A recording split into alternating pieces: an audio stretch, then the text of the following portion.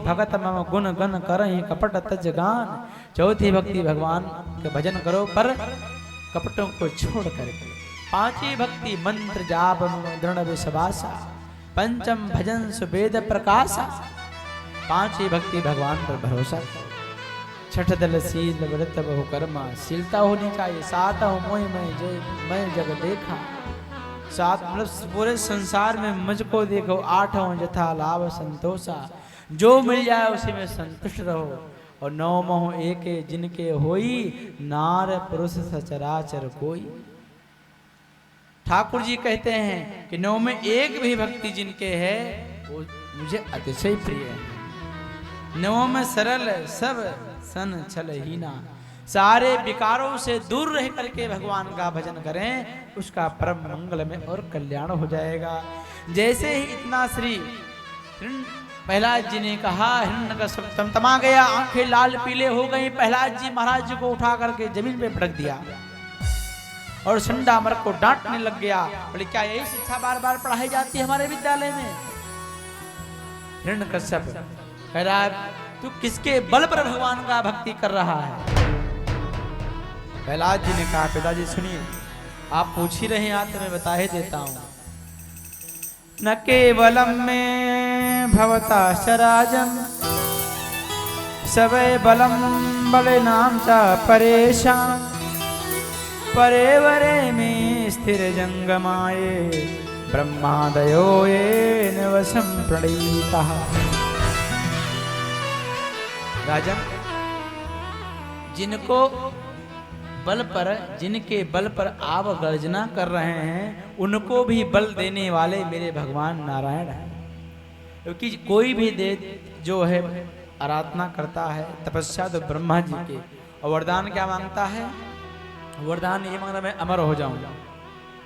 और उनको भी बल देने वाले मेरे नारायण भगवान हैं।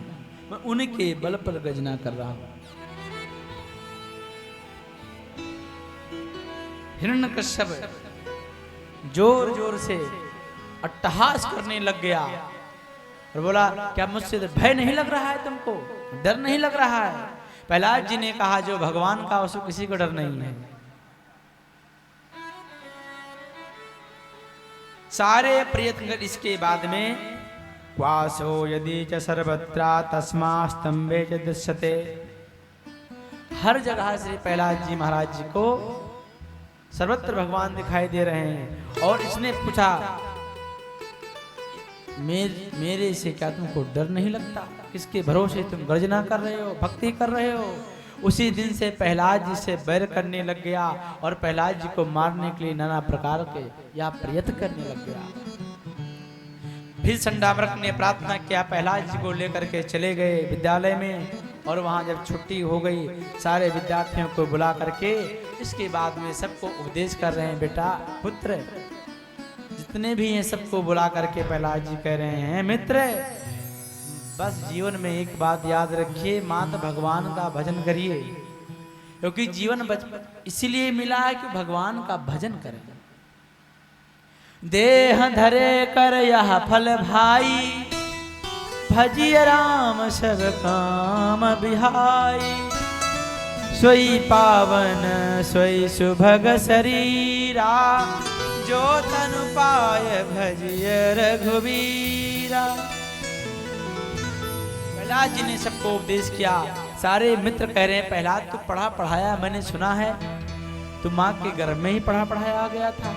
बोले हाँ, जब मैं पेट में था तो मेरे माँ को इंद्र ने हरण कर लिया और नारद जी आकर के बचाए, अपने आश्रम ले गए और वहाँ पर उसको कथा सुनाए माँ को। वहाँ मैंने भी कथा सुनी। उसमें मेरे पिताजी तपस्या कर रहे थे और तपस्या करने गए।